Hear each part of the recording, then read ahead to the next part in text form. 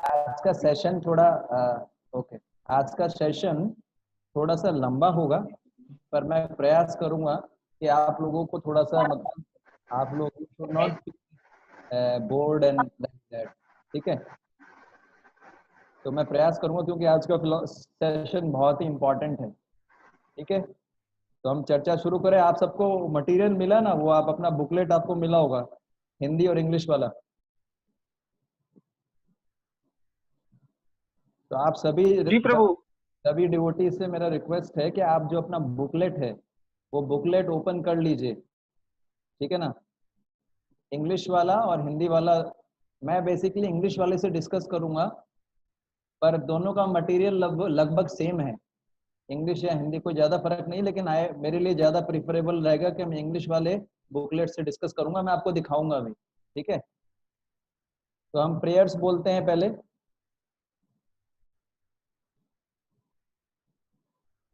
ओम अज्ञानतिमिरान्धस्य ज्ञानञ्जनशलाकया चक्षुरुन्मिलितं येन तस्मै श्रीगुरुवे नमः। श्रीचैतन्यमनोभीष्टं स्थापितं येन भूतले स्वयं रूप कदामयं ददाति स्वपदान्तिकं। वन्देऽहं श्रीगुरो श्रीयुतापदकमलं श्रीगुरुन् वैष्णवांश श्रीरूपं साग्रजातं सहगं रघुनाथान्वितं तं सजीवम्। जय श्री कृष्ण चैतन्य प्रभु नित्यानंद श्री अद्वैत गदाधर शिवासादि गौर भक्त वृंद। हरे कृष्ण कृष्ण कृष्ण हरे हरे, हरे राम राम राम हरे हरे। हरे कृष्णा। तो आप सभी भक्तों का स्वागत है। I welcome all the participants for the Positive Thinker course। तो ये बहुत ही पावरफुल कोर्स है, इसके बारे में हिमांशु ने आपको बताया होगा। और इसमें अलग अलग पॉइंट्स, अलग अलग टॉपिक्स पे हम लोग डिस्कस करेंगे, जो कि जिसमें कई लोगों को बहुत डाउट्स आते हैं स्पिरिचुअलिटी में। स्पेशली जो आज का टॉपिक है वो बड़ा ही इम्पोर्टेंट है। आज का टॉपिक क्या है? The test of a true master, या दिव्य मार्गदर्शक की पहचान।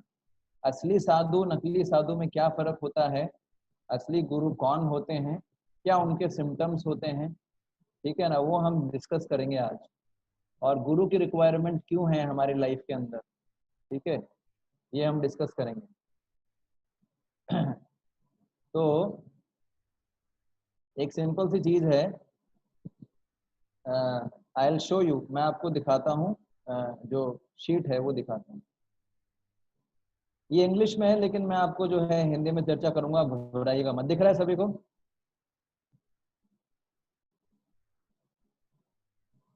सभी सभी को दिख रहा है? Just a minute. अभी सब देख पा रहे हैं? यस प्रभु। ओके, ठीक है। तो जस्ट अ मिनट, मैं अपना नोट्स ओपन कर रहा हूँ टिल द टाइम।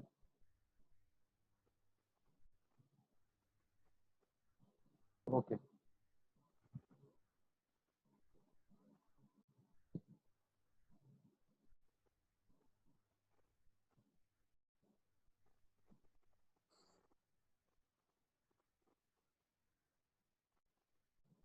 तो आप अपना बुकलेट खोल भी सकते हैं जो आपके पास आया है, और हम जब आवश्यकता होगी उसको मैं दिखाऊंगा। तो जैसा कि हम देख रहे हैं कि आज हम ऐसे युग के अंदर रह रहे हैं, इसको कलयुग भी बोला जाता है ना। अनेक प्रकार, इसको अलग अलग युग हैं। जैसे आज का जो पर्टिकुलर युग है इसको कलयुग बोला जाता है। और आज के युग में कुछ शब्द जो हैं बहुत ही कॉमन है, जैसे कि योगा। आज तो इंटरनेशनल योगा डे भी है और लोगों ने योगा करके सेलिब्रेट भी किया। तो योगा एक बहुत ही फेमस शब्द है। उसी प्रकार से एक शब्द भी जो है, जिसकी इंग्लिश में बोलते हैं बज़ वर्ड, इंग्लिश में इसको बोलते हैं बज़ वर्ड। बज़ वर्ड का मतलब होता है जो बहुत ही फेमस शब्द है। तो उसी प्रकार से गुरु, गुरु, गुरु बनाना भी एक बहुत फेमस है गुरु। आजकल देखो आप, मतलब ये बहुत मेंटर, इंग्लिश में बोलते हैं mentor, Guru ji, Swami ji, like that. ठीक है, तो हर कोई अपने जीवन में गुरु बनाना चाहता है। ठीक है, गुरु क्यों बनाना चाहता है? क्योंकि जीवन में बहुत सारी चीजें होती हैं, बहुत सारी जो है कुछ कुछ ऐसी चीजें होती हैं जिनको हम अपने आप नहीं सीख सकते। जैसे अगर आप मैनेजमेंट की बात करें तो बहुत सारे मैनेजमेंट गुरु हैं, है ना। या जैसे आप फॉर एग्जांपल विवेक बिंद्रा को ले सकते हैं, बिजनेस एंड मैनेजमेंट, है ना। बहुत सारे मोटिवेशनल गुरु हैं, संदीप माहेश्वरी है ना, शिव खेड़ा है। ऐसे करके आप चाहे मैनेजमेंट का फील्ड लो, या चाहे आप मेडिसिन का फील्ड लो, या आप योगा का फील्ड लो, या जीवन के मतलब को बताने का फील्ड हो, जीवन का मतलब क्या है, जीवन को जानना हो, उसके लिए भी गुरु बनाना बड़ा आवश्यकता है। ठीक है, तो इसलिए आज का टॉपिक बड़ा इंपॉर्टेंट रहेगा, इसको ध्यान से सुनिएगा। क्योंकि आप देखेंगे अगर इसको आप समझ पाए, अगर इस पूरे सेशन को, तो आप किसी झूठे गुरु से धोखा नहीं खाएंगे, आप कभी भी नकली गुरु के चक्कर में नहीं फंसेंगे, और आपको पता लग जाएगा कि असली गुरु में क्या क्या सिम्टम्स होते हैं। ठीक है, तो ये मैं क्यों बोल रहा हूँ, आपको एक वीडियो दिखाता हूँ मैं, क्योंकि अभी बहुत समय पहले की बात है, आपने देखा भी होगा।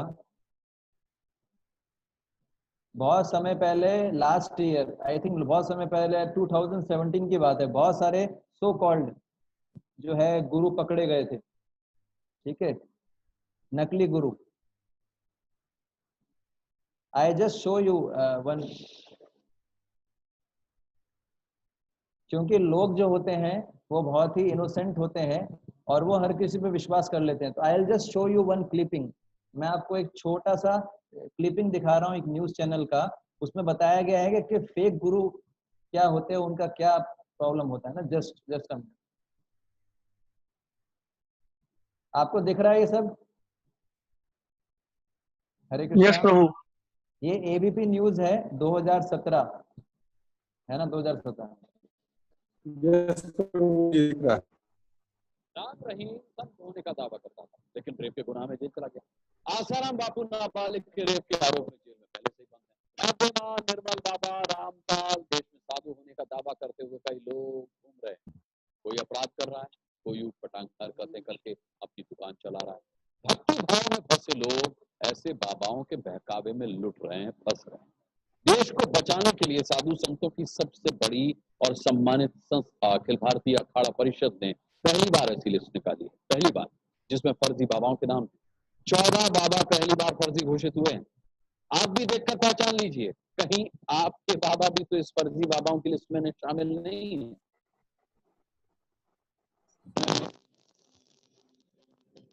गुरमीत राम रहीम सिरसा के डेरा सच्चा सौदा का प्रमुख है।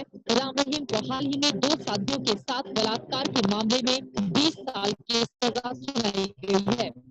इस बलात्कारी बाबा ने अपने खास अंदाज से पहचान बनाई थी।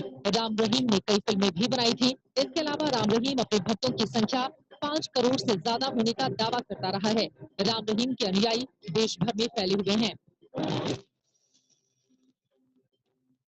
बलात्कार का अपराधी राम रहीम जेल में 20 साल की सजा काट रहा है। भक्तों के सामने अलग छवि रख पर्दे के पीछे अपराधों को अंजाम देने वाले राम रहीम पर आश्रम के भक्तों को नपुंसक बनाने के मामले में भी केस दर्ज है। और इतना ही नहीं, राम रहीम पर पत्रकार की हत्या कराने का भी मामला दर्ज है। तो देवी का अवतार बताने वाली राधे माँ उर्फ सुखविंदर कौर पंजाब के गुरदासपुर की रहने वाली है। 21 साल की उम्र में राधे माँ रामाधीन परमहंस की शरण में पहुंची और 6 महीने उनसे दीक्षा ली। रामाधीन परमहंस ने ही सुखविंदर कौर को नया नाम दिया और वो राधे माँ के तौर पर जानी जाने लगी। कुछ साल पहले उन्होंने खुद को महंत घोषित किया था। विवादों से राधिमा का भी चोली दामन का साथ रहा है। राधिमा पर पहले अश्लीलता फैलाने के आरोप लगे और फिलहाल उसके खिलाफ घरेलू हिंसा और दहेज प्रताड़ना का मामला चल रहा है। मुंबई की बोरीवली कोर्ट में राधिमा ने इस प्रकरण से खुद का नाम हटाने के लिए आवेदन दिया था, लेकिन कोर्ट ने इस मांग को खारिज कर दिया।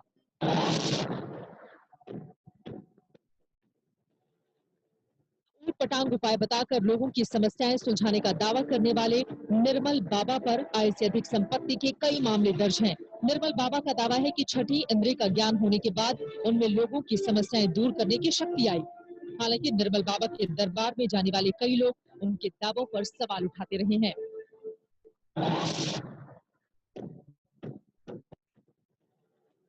दिल्ली के पौष ग्रेटर कैलाश इलाके में रहने वाले निर्मल बाबा के खिलाफ कई लोगों ने धोखाधड़ी की शिकायत दर्ज कराई है। बाबा पर आरोप है कि लोगों को बहलाकर उन्होंने करोड़ों की संपत्ति बनाई है।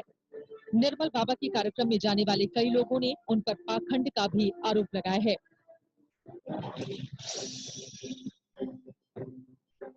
खुद को संत बताने वाले आसाराम ने अपने धर्म की दुकान गुजरात के अहमदाबाद से शुरू की।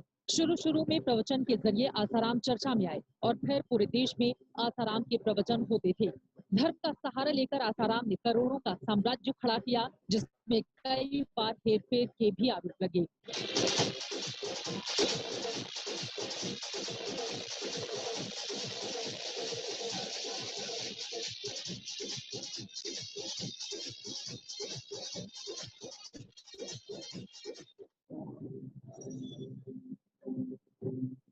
साल 2013 में आसाराम पर अपनी नाबालिग शिष्या से रेप का आरोप लगा, जिसके बाद से आसाराम जोधपुर की जेल में बंद है। आसाराम पर आरोप है कि वो आशीर्वाद देने के नाम पर नाबालिग लड़कियों का यौन शोषण और बलात्कार करता था। जेल में बंद आसाराम ने कई बार जमानत के लिए कोर्ट से गुहार भी लगाई, लेकिन कोर्ट ने हर बार आसाराम की अपील ठुकरा दी।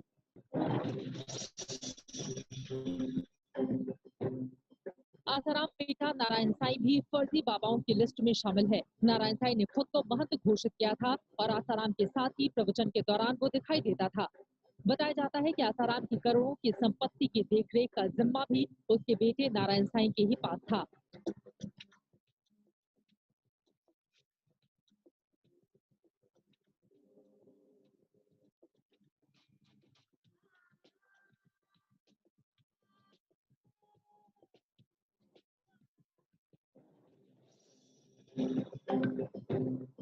आसाराम के बेटे नारायण साईं पर रेप और हत्या जैसे संगीन आरोप हैं।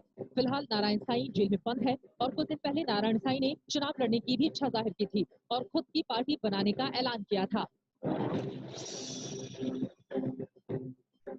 न्यूज चैनल पर मारपीट और TV reality show big boss में अपने हरकतों के चलते सुर्खियों में आए ओम बाबा का असली नाम विवेकानंद झा है। साल 1972 में ओम बाबा ने साधु का रूप धारण किया। ओम बाबा से जुड़े कई लोग दावा करते हैं कि पुलिस से बचने के लिए ही विवेकानंद झा ने ओम बाबा का चोला पहना। तो भगवान बताने वाले रामपाल ने सरकारी नौकरी छोड़कर प्रवचन देना शुरू किया और बाद के दिनों में कबीर पंथ को मानने लगा। इसके बाद रामपाल अपने अनुयायी जुटाने लग गया। 2006 में रामपाल के समर्थकों और आर्य समाज के लोगों के बीच झड़प हुई थी, जिसमें रामपाल समर्थकों ने गोलियां चला दी थी। इस घटना में 3 लोगों की मौत हुई थी और 150 से ज्यादा लोग घायल हुए थे। सत्योग आश्रम में जब रामपाल को पुलिस पकड़ने आई थी, तब वहां पुलिस पर हमला हुआ था। उसके बाद जिन लोगों को बाहर निकाला गया था, उन्होंने रामपाल पर बंधक बनाने का आरोप लगाया था। 2006 में रामपाल समर्थकों ने जिस गोलीकांड को अंजाम दिया, उसकी साजिश रचने का आरोप भी रामपाल पर है। रामपाल के खिलाफ देशद्रोह का मुकदमा दर्ज है और 2006 में रामपाल पर हत्या का केस दर्ज हुआ था। रामपाल अभी देशद्रोह और हत्या के मुकदमे में जेल काट रहा है। ये है एबीपी न्यूज, आपको रखे आगे। तो आप लोगों ने देखा कि बहुत सो कॉल्ड जो है गुरु अपने आप को जिन लोगों ने बताया, तो प्रॉब्लम क्या हुआ कि अगर जब तक हम नहीं जानेंगे कि असली गुरु क्या है, उसके सिम्टम्स क्या हैं, कैसे जो है हम उन तक अप्रोच कर सकते हैं, तो उससे प्रॉब्लम क्या होगा कि हम भी नकली गुरु के शिकार बनेंगे और फिर हम क्या है आध्यात्मिकता को दोष देंगे कि भाई सारे साधु एक जैसे हैं, लाइक दैट, और ऐसा नहीं है। तो ये सब चीजें हम डिस्कस करेंगे। देखिए कितने सारे फॉलोवर्स थे इन लोगों के, आपने देखा, और सबका विश्वास टूटता है, स्पिरिचुअलिटी से सबका विश्वास इसलिए आज कम है। तो ये बहुत सारे इश्यूज हैं जो हम डिस्कस करेंगे, देखिए इतना ज़्यादा, क्योंकि भारत के अंदर लोग श्रद्धावान हैं, तो इनका फ़ायदा उठाने के लिए जो है आजकल हर कोई गुरु बन जाता है। तो ये सब चीज़ें ये इसलिए ज़रूरी है डिस्कस करना, ताकि हमारे को क्लैरिटी आए कि भाई गुरु के सिम्टम क्या होते हैं, असली गुरु को कैसे आइडेंटिफाई कर सकते हैं। ठीक है, तो आप मेरे पीछे एक श्लोक दोहराएंगे। ओके, ये श्लोक है भगवत गीता का। सबको देख, अभी एक मिनट मैं शो कर देता हूँ। मेरा आवाज क्लियर आ रहा है सभी को? यस प्रभु जी, यस प्रभु जी। मेरे पीछे पीछे श्लोक दोहरा सकते हैं। तद्विधि प्रणिपातेन तद्विधि प्रणिपातेन परिप्रश्नेन सेवया परिप्रश्नेन सेवया उपदेक्षयन्ति ते ज्ञानम् उपदेशयन्ति ते ज्ञानम् ज्ञानिनस्तत्त्वदर्शिणाम्। ज्ञानिनस्तत्त्वदर्शिनः। तो बेसिकली ये श्लोक बहुत ही महत्वपूर्ण श्लोक है भगवत गीता का, जिसके अंदर भगवान, ये 4थे अध्याय का 34वां श्लोक है। इसमें भगवान श्री कृष्ण अर्जुन को बोलते हैं कि सत्य को जानने का प्रयास करो आध्यात्मिक गुरु के पास जाके। और इसमें 3 शब्द काम में लिए गए हैं, एक तो प्रणिपात, एक है परिप्रश्नेन और एक होता है सेवया। प्रणिपातेन, परिप्रश्नेन और सेवया, ये 3 बड़े इंपॉर्टेंट चीज हैं। ठीक है, तो प्रणिपात का मतलब है, प्रणिपात का मतलब क्या है? प्रणिपात का मतलब होता है प्रणिपात, मतलब उनको समर्पित हो जाना, सरेंडर करना बिना किसी रिजर्वेशन के, बिना किसी अंकुश के। परिप्रश्न का मतलब है जिज्ञासा करना आध्यात्मिक गुरु से। और तीसरा है सेवया, सेवया मतलब उनकी सेवा करना। तो भगवान कृष्ण बता रहे हैं कि अगर आपको परम सत्य को जानना है, वास्तविक सत्य को जानना है, जीवन के लक्ष्य को जानना है ना, तो आपको क्या है, गुरु की शरण में जाना चाहिए। और कैसे जाना चाहिए? प्रणिपातेन, परिप्रश्नेन और सेवया। उनके पास जाके उनको क्या करना चाहिए? शरणागत हो जाना चाहिए बिना किसी अहंकार के, अहंकार त्याग करके। दूसरा जो है, उनसे जिज्ञासा करना चाहिए, भौतिक जिज्ञासा नहीं करना चाहिए कि मेरे को धन कैसे मिले, ये जिज्ञासा करना चाहिए कि मेरे को जो है मैं कैसे आध्यात्मिक जीवन में आगे बढ़ूं, जीवन का लक्ष्य क्या है, कैसे मैं, मुझे इतना कष्ट क्यों मिल रहा है जीवन में, ये सब चीजों के लिए। तीसरा है सेवया, उनकी सेवा करना चाहिए। आप समझ पा रहे हैं? तो आप समझ, ये जो इम्पोर्टेंट चीज है, तो जब हम ये 3 चीजें करते हैं, प्रणिपातेन, परिप्रश्नेन और सेवया, तब जो है आध्यात्मिक गुरु हमको ज्ञान प्रदान करते हैं।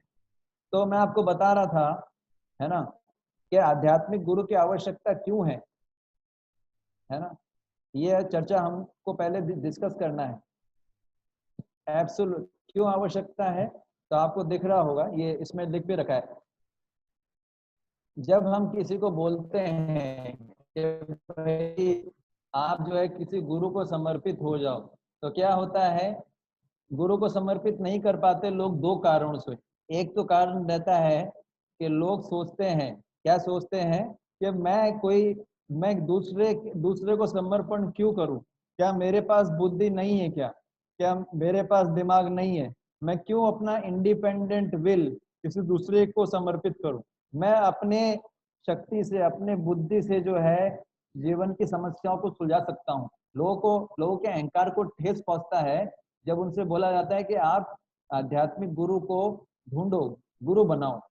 या दूसरे प्रकार के लोग, दूसरा लोग इसलिए भी गुरु नहीं बनाना चाहते क्योंकि उनको डर रहता है कहीं उनके साथ चीटिंग ना हो जाए, क्योंकि बहुत सारे नकली साधु भी हैं आज, बहुत सारे नकली गुरु भी। लेकिन हम देखेंगे कि जैसे आप ये देख रहे हैं, ये जो शीट है इसके अंदर आप चित्र देख रहे हैं, ये चित्र है डॉक्टर का, ये चित्र है माँ का, ये चित्र है जो शेविंग करता है ना। और हम देखते हैं कि भौतिक फील्ड में भी, मटेरियल लाइफ में भी हमको गुरु बनाना पड़ता है, मेंटर बनाना पड़ता है। जैसे अगर कोई पेशेंट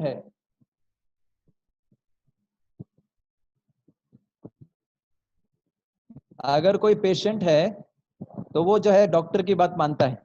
डॉक्टर उसको जो भी मेडिसिन देता है वो उसमें प्रश्न नहीं करता, उसको पूरा फेथ होता है और फेथ हुए बिना बोलते हैं कि faith can move the mountains. बिना विश्वास के जो है ठीक होना बड़ा मुश्किल है। और लोग विश्वास करते हैं डॉक्टर पे, डॉक्टर को जस्ट भगवान की तरह माना जाता है। तो ये एक उदाहरण है कि जब हम भौतिक जगत में भी अनेक चीजों के लिए हमको गुरु गुरु बनाना पड़ता है, ये गाइडेंस का आवश्यकता पड़ता है। बेसिकली अथॉरिटी के गाइडेंस का आवश्यकता पड़ता है, जैसे डॉक्टर का है। दूसरा उदाहरण है, ये बच्चा है और ये माँ है। तो बच्चा जो होता है पूरी तरीके से माँ पर निर्भर होता है ना। जैसा माँ बोलती है बच्चा वैसा ही सीखता है। माँ बोलती है ये तुम्हारे पापा हैं तो उनको पापा मानता है, ये तुम्हारा भाई है उसको भाई मानता है।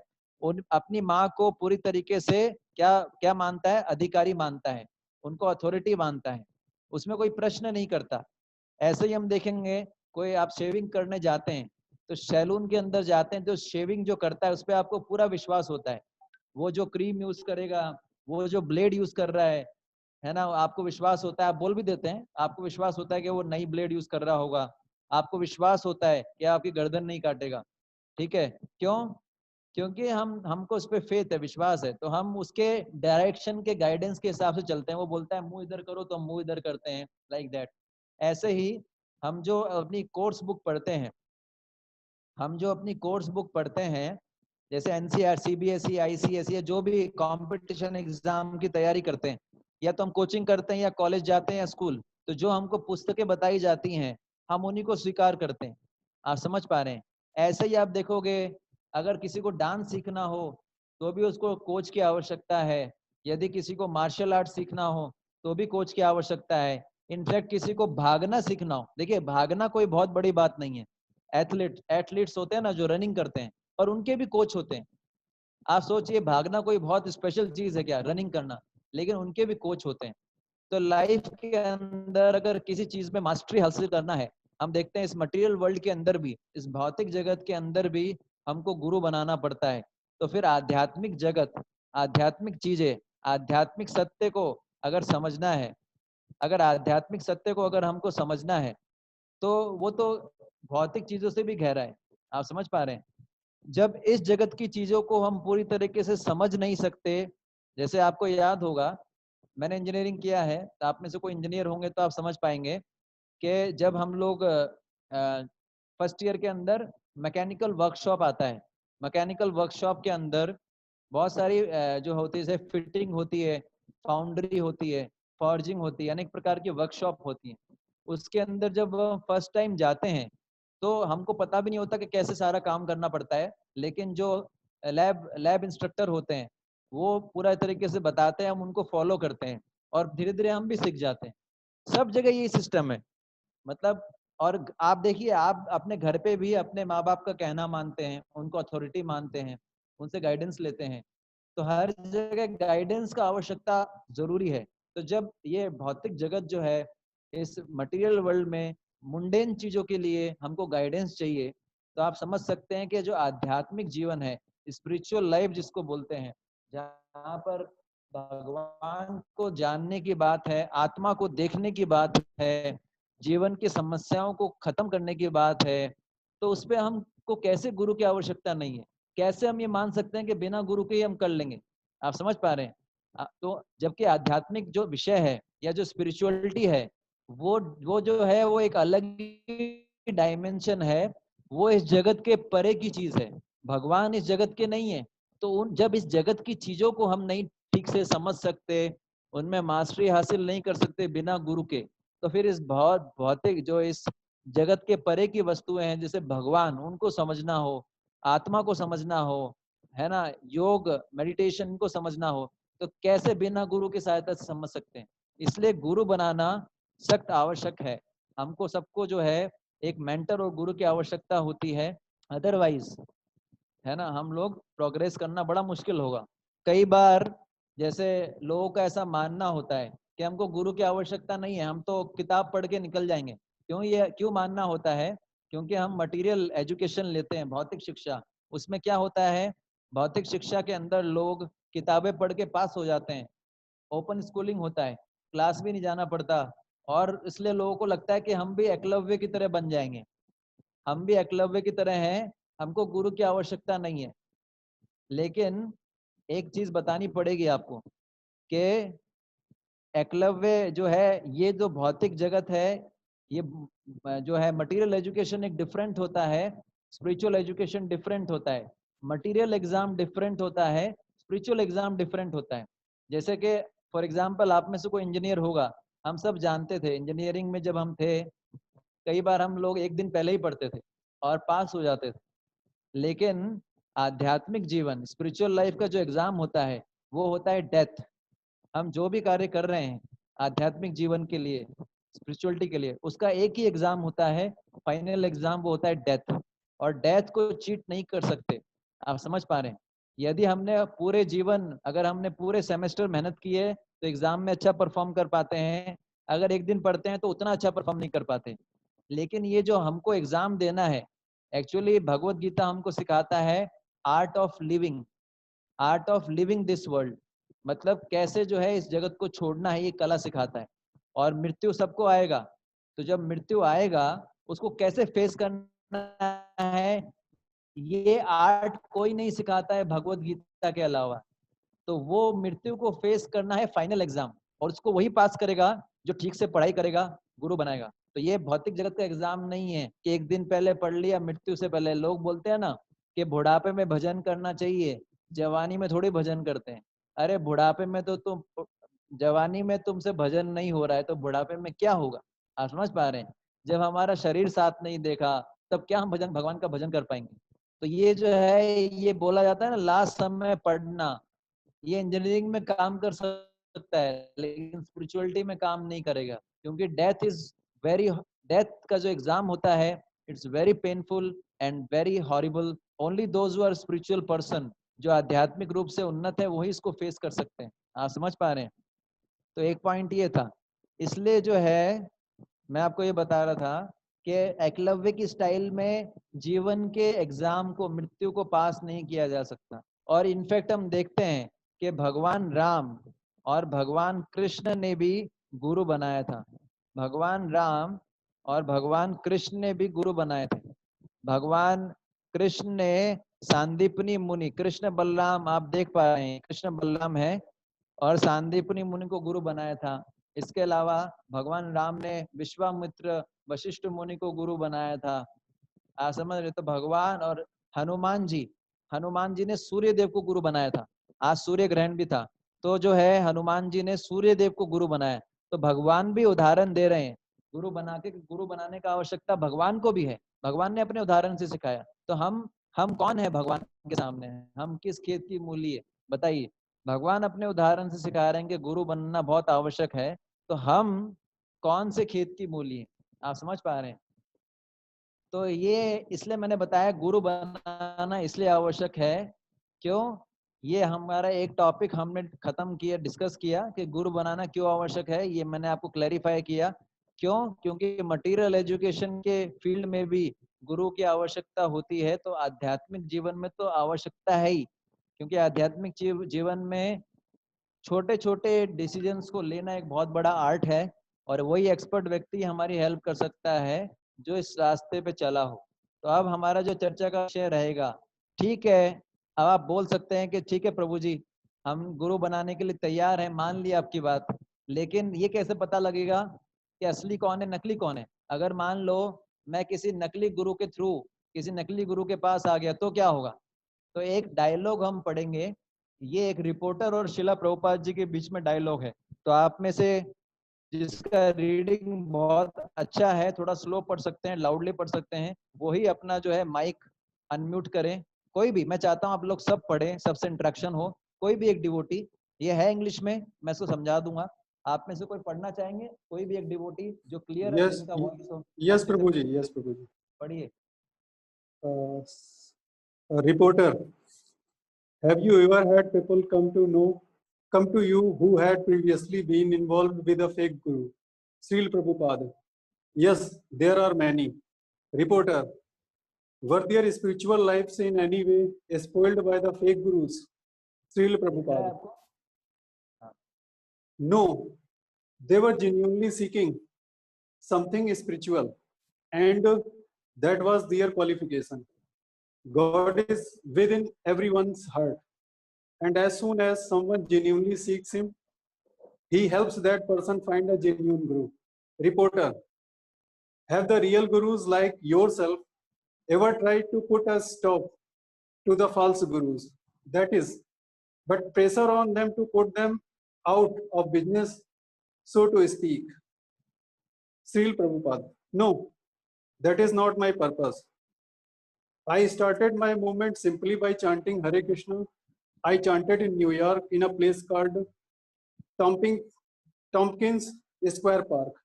And soon people began to come to me in this way. The Krishna conscious movement gradually developed.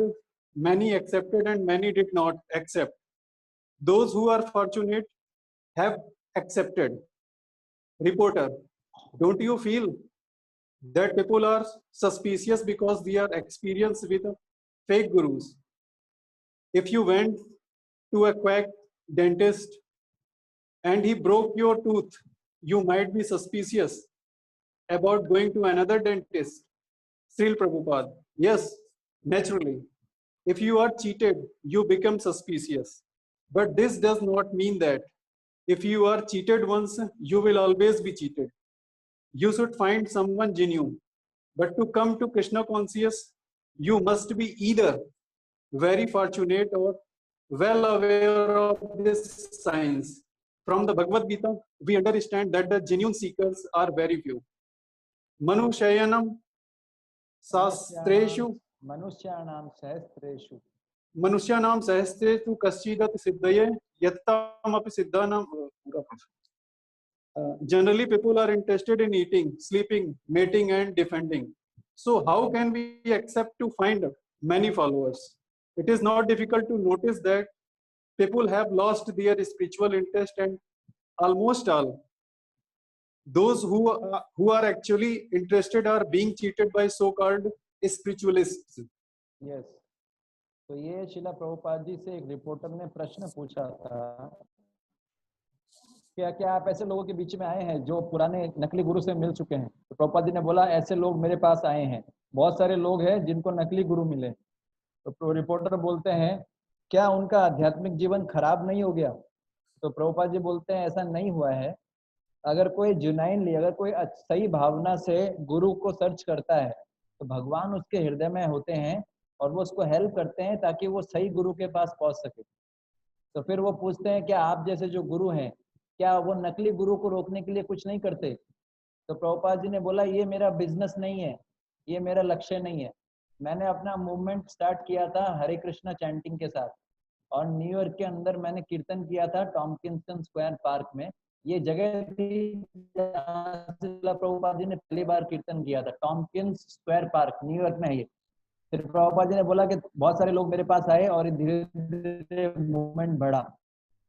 तो फिर जो आगे पूछ रहे हैं क्या जो लोग आपके पास आते हैं क्या उनको डाउट नहीं होता आप पे भी, क्योंकि उन्होंने पहले नकली गुरु को देखा है? क्योंकि अगर कोई नकली डेंटिस्ट के पास जाता है और वो उसका दांत तोड़ देता है या खराब कर देता है तो दूसरे डेंटिस्ट के पास जाने से वो घबराता है। शिला प्रभुपाद जी बोल रहे हैं तुम सही बोल रहे हो, अगर कोई एक बार भी चीटेड होता है तो वो जो है उसको डाउट तो आता ही आता है, पर इसका मतलब ये नहीं कि अगर एक बार चीटिंग हो जाए तो बार बार चीटिंग हो। इसका मतलब ये नहीं कि एक डॉक्टर के पास गए उसने दांत तोड़ दिया तो दूसरा डॉक्टर भी दांत तोड़ेगा। आप समझ पा रहे हैं? तो यहाँ पर बता रहे हैं कृष्ण भावनामृत आंदोलन यानी भक्ति में आना, यानी इस्कॉन से जुड़ना, ये बहुत ही भाग्यशाली लोग, या तो कोई बहुत ही भाग्यशाली हो या कोई बहुत ही ज्यादा इस विज्ञान को जानता हो, वही आ सकता है। आप समझ पा रहे हैं? तो इसमें श्लोक देते हैं मनुष्य नाम सहस्रेषु कश्चित यतिति सिद्ध है, कि बहुत सारे मिलियंस ऑफ लोग हैं, उसमें से कोई एक होता है जो आध्यात्मिक रूप से जिज्ञासु होता है।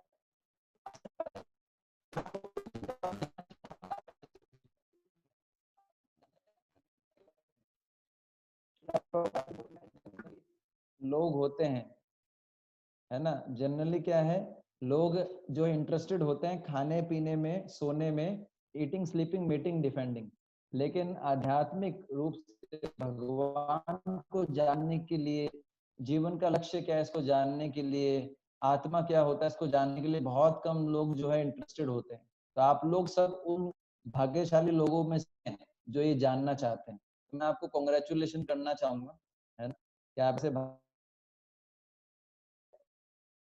मुझे आप 1 सेकंड दीजिएगा, लाइट चला गया है, तो I will just open the door. मेरा आवाज आ रहा है आप लोगों को? मेरा आवाज आ रहा है?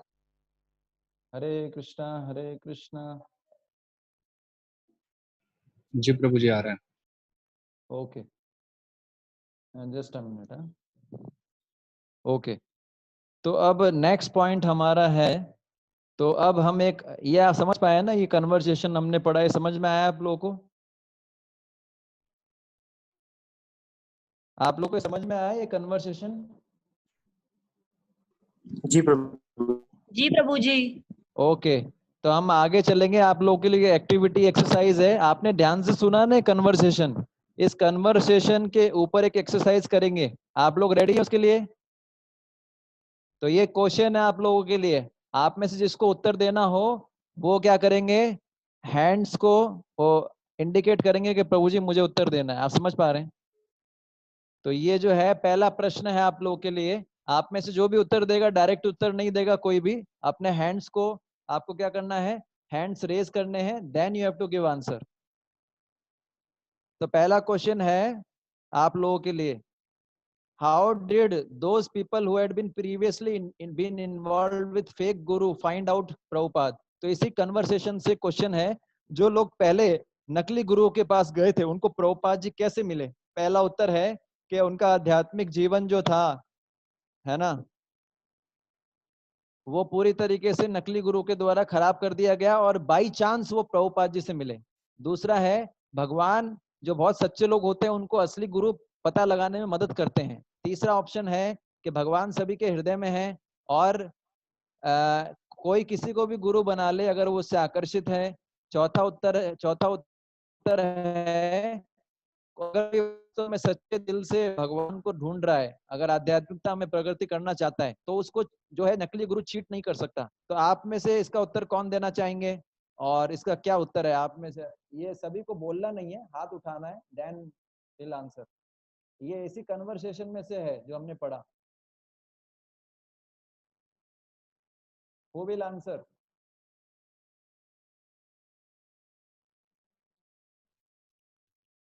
Yes, who will answer this?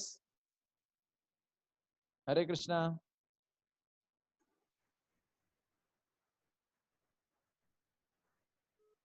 Okay, अभी किसी का रिस्पांस नहीं आ रहा है, सो आई विल आंसर, क्योंकि समय कम है हमारे पास। तो इसका जो उत्तर है, प्रभु जी मैं बोलूंगा, मैं हाँ, एक्चुअली मैंने हैंड रेज किया सर, ओके, पहले BCD क्या BCD प्रभु ऑप्शन मैंने हैंड रेज किया, बट मे बी शायद आपके पास पहुंचा नहीं है प्रभु जी। ओके, और इसके अलावा कौन बोल रहे थे? जी प्रभु जी, मैंने भी हैंड रेस किया है, इसका बी आंसर होगा, God help to genuine speaker find to genuine guru. अच्छा, चंचल माता जी। जी सर, जी गुरु जी। ओके, तो इसका आंसर एक्चुअली बी भी है और डी भी है, पर सी नहीं है। सी इसलिए नहीं है क्योंकि वो प्रभुपाद जी के पहले वो चीटेड हुए नकली गुरुओं के द्वारा, फिर प्रभुपाद जी के पास देखो पहला उत्तर तो हो ही नहीं सकता, बाई चांस कुछ भी नहीं होता है, अपने आप कुछ भी नहीं होता। दूसरा उत्तर है भगवान मदद करते हैं, ये हमने पढ़ा भी, अगर कोई सच्चे हृदय से गुरु को ढूंढना चाहता है भगवान मदद करते, तो बी इज करेक्ट। अब सी क्या है कि हर किसी को गुरु नहीं बना सकते, प्रॉब्लम ये है किसी से भी आकर्षित हो उसको गुरु नहीं बना सकते। आप समझ रहे, भगवान सभी के हृदय में है पर हर किसी को गुरु नहीं बनाया जा सकता। जिसके प्रति आकर्षण हो, आकर्षण तो किसी के प्रति भी हो सकता है, आकर्षण तो किसी के प्रति भी हो सकता है, लेकिन गुरु हर किसी को नहीं बनाया जा सकता। आप समझ पा रहे हैं, ये हम आगे डिस्कस करेंगे, क्लियर होगा। तो इसका उत्तर है बी और डी। फोर्थ इसलिए है क्योंकि अगर सब कुछ आप जो है आप जेन्युइनली असली गुरु को ढूंढ रहे हैं तो आपको नकली गुरु चीट नहीं कर सकते, क्योंकि भगवान मदद करते हैं। तो बी और D correct answer. Question number second, what should people do when they become suspicious because of their experience with fake guru? लोगों को क्या करना चाहिए जब उनको नकली गुरु मिले हों और उसके कारण उनमें संशय आ गया हो, उनको नकली गुरु का एक्सपीरियंस हो, उस समय क्या उनको, मतलब कोई व्यक्ति है नकली गुरु के पास गया, चीटेड हुआ, अब उसको जो है संशय आता है हर किसी व्यक्ति में कि ये भी नकली हो सकता है, तो ऐसे व्यक्ति को क्या करना चाहिए? इसका पहला ऑप्शन है, एक बार चीटेड हुआ तो आप जो है हमेशा चीटेड होंगे, इसलिए जो है वो ऐसा सोच सकता है कि अगर मैं एक बार चीट हुआ तो इसका मतलब मैं हमेशा चीट होऊंगा, इसलिए अपने अंदर की आवाज सुनो। और क्या है, अगर एक बार आप चीटेड हुए तो इसका मतलब ये नहीं कि बार बार आपको निराश नहीं होना, खुद ही भगवत गीता पढ़ लो, गुरु बनाने का आवश्यकता नहीं है। खुद ही भगवत गीता पढ़ लो, गुरु बनाने का आवश्यकता नहीं है।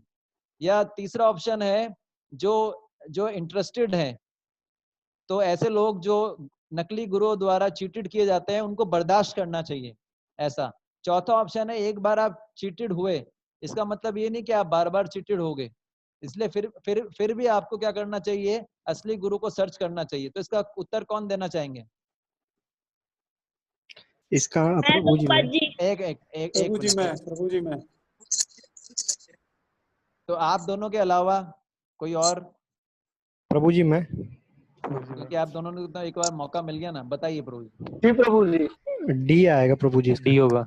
आपका नाम? हिमांशु। अच्छा, हिमांशु लोहिया। हाँ जी प्रभु जी। अच्छा, आप भी हैं, पता ही नहीं चल पाया। ओके, डी इसका आंसर है करेक्ट। सभी को मौका मिलेगा, चिंता मत कीजिए, ठीक है। तो इसका आंसर डी है। क्यों?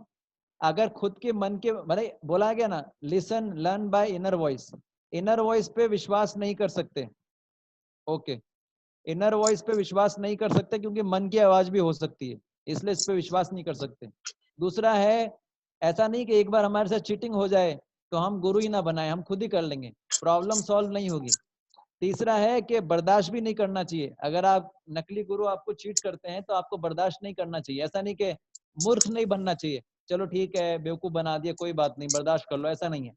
असली चीज को ढूंढना चाहिए, इसलिए डी आंसर है, ठीक है। तो अब जो है गुरु की क्वालिफिकेशन हम पढ़ेंगे। ये मेरे श्लोक है, मेरे पीछे पीछे दोहरा सकते हैं आप। रेडी हैं आप लोग? हरे कृष्णा। प्रभु जी। जी प्रभु। ओके, हाँ मेरे पीछे पीछे दोहरा सकते हैं। तस्मात् गुरुं प्रपद्येत, बोलिए। तस्माद् गुरुं प्रपद्येत जिज्ञासु श्रेय उत्तमम्, जिज्ञासु श्रेय उत्तमम्, शब्दे परे च निष्णातम्, शब्दे परे च निष्णातम्, ब्रह्मणि उपसंश्रयम्, ब्रह्मणि ओके, अभी कौन पढ़ेगा आप में से क्विकली? मैं प्रभु जी। आपने पढ़ लिया था, आप किसी दूसरे व्यक्ति को मौका, सभी को मौका देना है ना, सबका नंबर आएगा। कौन पढ़ेगा आपके अलावा? सभी का मौका आना चाहिए ना, सबको चांस देना चाहिए। यस, फटाफट। नेक्स्ट कौन पढ़ेंगे? क्विकली क्विकली फटाफट। कोई पढ़ना चाहते हैं? ओके प्रभु जी, मैं पढ़ लेता हूँ। हाँ आप पढ़िए। Any person who is seriously desirous of the achieving real happiness must seek out the bona fide spiritual master and take the shelter of him. Initiation. The qualification of a spiritual master is that he must have realized of the conclusion of the scripture, deliberation of the arguments, and thus be able to convince others of these conclusions. Such a great personality who have taken complete shelter of the supreme Godhead, leaving aside all material considerations, all are to be understood as a bona fide spiritual masters. तो यहाँ पर चार चीजें महत्वपूर्ण है। असली गुरु का लक्षण बताया गया, ये श्रीमद् भागवत से श्लोक आता है 11:3-21। इसमें बताया गया है कि असली गुरु होता है, पहला क्वालिफिकेशन क्या है? He must have realized the conclusion of scriptures.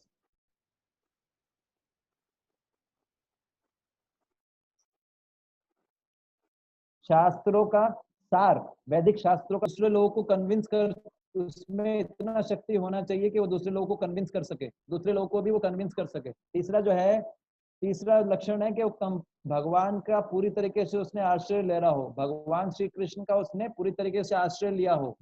चौथा है, किसी भी प्रकार का भौतिक जो है आश्रय नहीं लिया हो। ये चार गुण हैं, चार लक्षण है असली गुरु के। आपको समझ में आया? तो अब जो है तीसरा, बहुत ही सुंदर हम एक एक्टिविटी करेंगे आप लोगों के लिए। अब ये जो है, चलो ठीक है, नकली गुरु के बारे में के थ्रू अगर हम आते हैं तो ठीक है, अगर कोई नकली गुरु के पास पहुंच जाए तो क्या करना चाहिए, हम ये सीखे इस पैराग्राफ से कि उसको वापस प्रयास करना चाहिए, क्योंकि अगर वो असली गुरु चाहता है तो भगवान उसको असली गुरु के पास लेके जाएंगे। आप समझ गए। फिर हमने असली गुरु के सिम्टम्स डिस्कस किए। अब हम देखेंगे कि असली गुरु और नकली गुरु में फर्क क्या होता है, असली गुरु और नकली गुरु में क्या फर्क है, अभी हम डिस्कस करेंगे। ठीक है, आप समझ गए। तो ओके, आप समझ गए। तो बहुत सारे लोग हैं, है ना, आजकल क्या है कि हर कोई गुरु बन गया। जैसे मैंने बताया, कोई भी लाल कपड़े पहन लेता है, चाहे वो पॉलिटिक्स में हो लाल कपड़े पहने उसने, या वो योगा सिखा रहा हो लाल कपड़े पहने उसने, या कोई भी हो, उसको गुरु तब तक नहीं बोल सकते जब तक वो ये चारों सिम्टम फॉलो नहीं करता। ठीक है ना। तो अब हम कुछ एक्टिविटी करेंगे कि असली गुरु और नकली गुरु में कैसे पहचान करें। तो कुछ एक्टिविटी है, आप मुझे बताइएगा और मैं क्लैरिफाई करूंगा। तो ये एक्टिविटी क्या है, ये बहुत सारे ऑप्शंस हैं, हमको बताना है कि आप इसमें से जो भी गुरु हैं, कौन से असली गुरु हैं कौन से नकली गुरु हैं, आपको ये बताना है। ठीक है ना। तो पहला ऑप्शन है, ऐसे गुरु हैं जो प्लेन में घूमते हैं पूरी दुनिया में और महंगी महंगी गाड़ियों में घूमते हैं। वो प्लेन्स में घूमते हैं, महंगी महंगी गाड़ियों में घूमते हैं, होटलों में ठहरते हैं, कॉस्टली कॉस्टली होटल्स में ठहरते हैं। क्या ऐसे व्यक्ति को असली गुरु मानना चाहिए? आप में से है कौन उत्तर देगा? प्रभु जी मैं। सबको उत्तर नहीं देना है। हाँ प्रभु जी मैं। अब आपको पहले नाम बताना पड़ेगा। प्रभु जी मैं धर्मेंद्र बोल रहा हूँ। संतोष कुमार। आप बताइए, पहली बार आपको चांस नहीं मिलेगा, चांस मिलेगा धर्मेंद्र को। बताइए। प्रभु जी मतलब ऐसे गुरु को नहीं सिलेक्ट करना चाहिए। ऐसे गुरु को सेलेक्ट नहीं करना चाहिए जी। जो प्लेन्स में और गाड़ी में घूमते हैं। और किसी का कोई उत्तर इसके रिगार्डिंग? जो महंगी गाड़ियों में घूमता है, जो प्लेन्स में ट्रेवल करता है, मैं उनको देखते भी है कि कई बार महंगे महंगे होटलों में भी रुकता है, क्या ऐसे गुरु को गुरु मानना चाहिए? बताइए। और कोई कौन बताना चाहेगा? लक्ष्य बताइए। जी प्रभु।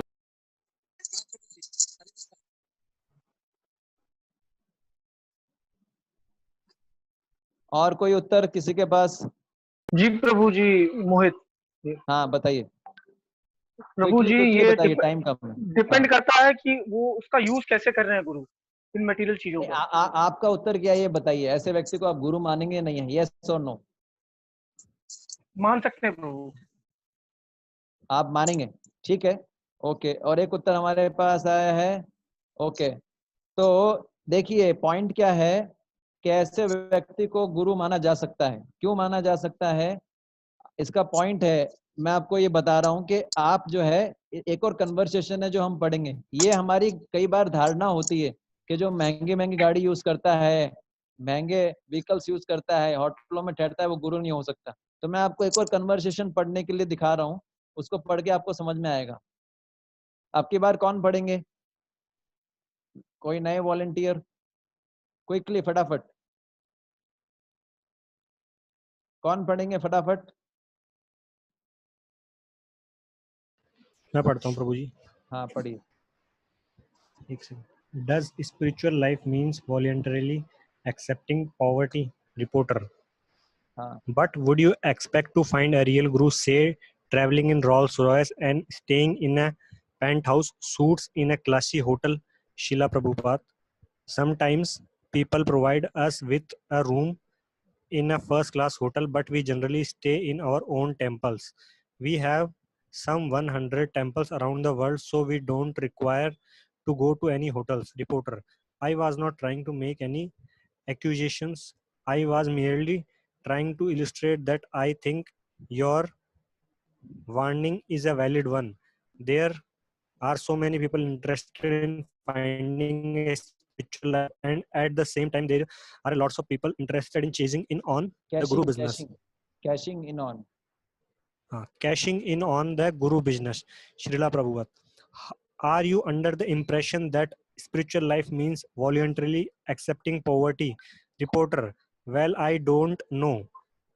Srila Prabhupada, a poverty stricken men may be materialistic and wealthy men may be very spiritual. Spiritual life does not depend on either poverty or wealth. Spiritual life is transcendental. Consider Arjuna, for instance. Arjuna was member of a royal family, yet he was pure devotee of God, and in the Bhagavad Gita, Shri Krishna says, Evam parampara एवं prapatam परंपरा प्राप्तम इमम imamam राजर्षयो विदुः। rajavasho vidha. This supreme science was received through the chain of disciplic succession, and the saintly kings understood it in that way. In the past, all kings who are saintly understood spiritual science. Therefore, spiritual life does not depend on one's material condition.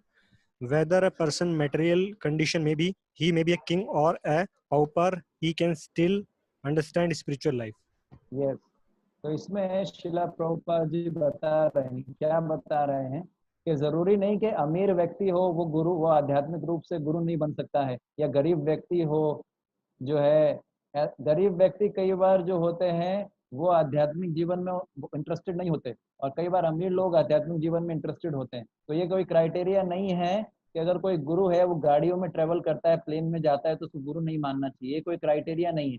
Actually इसके पीछे principal क्या है, एक बार शिला प्रभुपाद जी जो ISKCON के founder हैं, AC भक्ति वेदांत स्वामी प्रभुपाद, उनके पास एक रिपोर्टर ने प्रश्न पूछा कि बोले स्वामी जी आप तो महंगे महंगे होटलों में ठहरते हो।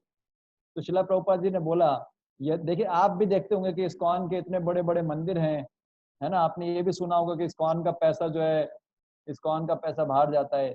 तो बहुत सारी चीजें हम सुनते हैं, लेकिन एक चीज सोचनी चाहिए।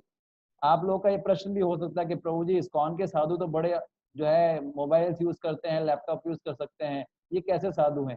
आजकल के साधु ये कैसे साधु? इस्कॉन के साधु जो है, साधु मतलब तो लैपटॉप से दूर रहना चाहिए, मोह माया से दूर रहना चाहिए। ये गलत सिद्धांत है, ये असली सिद्धांत नहीं है। असली सिद्धांत है युक्त वैराग्य का सिद्धांत। कोई भी चीज अगर भगवान श्री कृष्ण की सेवा में लगी रही है, उसको भगवान श्री कृष्ण की सेवा में लगाया जा सकता है, तो उसको यूज करना यही साधु का लक्षण है, ना कि उससे दूर रह के बचना। ना जो लोग ऐसा बोलते हैं ना माया है माया है, वो वास्तव में माया में होते हैं। आप समझ रहे हैं? असली सिद्धांत है युक्त वैराग्य का सिद्धांत। युक्त वैराग्य मतलब सारी चीज किससे निकली है? भगवान कृष्ण से। तो कोई चीज अगर भगवान कृष्ण से निकली है, तो अगर उसी चीज को हम भगवान कृष्ण की सेवा में लगाते हैं, तो ये कौन सी माया है? ये कोई माया नहीं, ये तो भगवान की सेवा में लगाना ही चाहिए। तो अगर कोई साधु है, प्रभुपाद जी ने बोला कि अगर मैं होटलों में नहीं रुकूंगा, या मैं हम लोग इस्कॉन के बड़े बड़े मंदिर बनाते हैं, कई लोग बोलते हैं इतने बड़े बड़े मंदिर बनाने की क्या आवश्यकता है ना, इतना बड़े बड़े मंदिर देने के लिए पैसा खर्चा किया जाता है और भूखों को खाना खिलाया नहीं जाता है ना, भगवान को इतना बढ़िया भोग लगाया जाता है और भूखे लोग मर रहे हैं। ये प्रश्न लोग तब नहीं पूछते जब बड़ी बड़ी महंगी महंगी पिक्चरें रिलीज होती, तब ये प्रश्न नहीं पूछा जाता, केवल मंदिरों के नाम पे प्रश्न पूछा जाता है।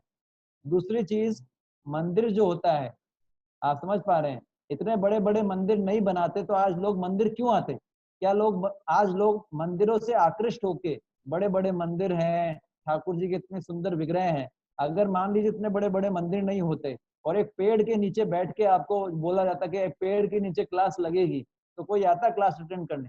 आप में से कितने लोग क्लास अटेंड करने आते? मान लीजिए आप में से इस्कॉन मंदिर जो आए आप में से कितने लोगों ने इस्कॉन का मंदिर देखा है, जयपुर का या कोई भी मंदिर?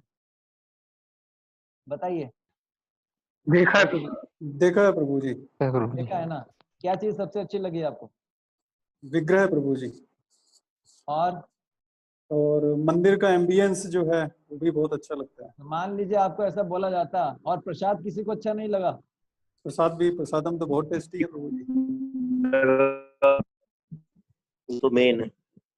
अब मान लीजिए आपको बोला जाता कि पेड़ के नीचे क्लास लगेगी, है ना, पेड़ के नीचे क्लास लगेगी, है ना, छोटा सा कोई मंदिर नहीं है, जंगल में एक पेड़ है, बरगद का पेड़, उसके नीचे क्लास लगेगी, प्रसाद के रूप में क्या है, बस थोड़े मखाने के दाने मिलेंगे। आप कितने लोग आएंगे क्लास अटेंड करने?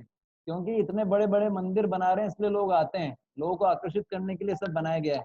तो शिला प्रभुपाद जी ने बोला अगर मैं इतने बड़े बड़े मंदिर नहीं बनाऊंगा तो लोग, या इतने मैं होटल्स में नहीं रुकता तो क्या आप मेरे पास आते? तो रिपोर्टर ने बोला नहीं। तो पॉइंट यही है। दूसरी चीज क्या है कि जैसे मॉडर्न टेक्नोलॉजी बढ़, अगर आप देख रहे हैं मॉडर्न टेक्नोलॉजी जो है चेंज हो रही है, आज टेक्नोलॉजी खूब चेंज हो रही है। यदि हम टेक्नोलॉजी के हिसाब से अपने आप को अपडेट नहीं करेंगे, आज देखिए मोह, जो इसको हम बोलते हैं अज्ञान या मोह माया बोलते हैं, आज उसका इतना प्रचार है।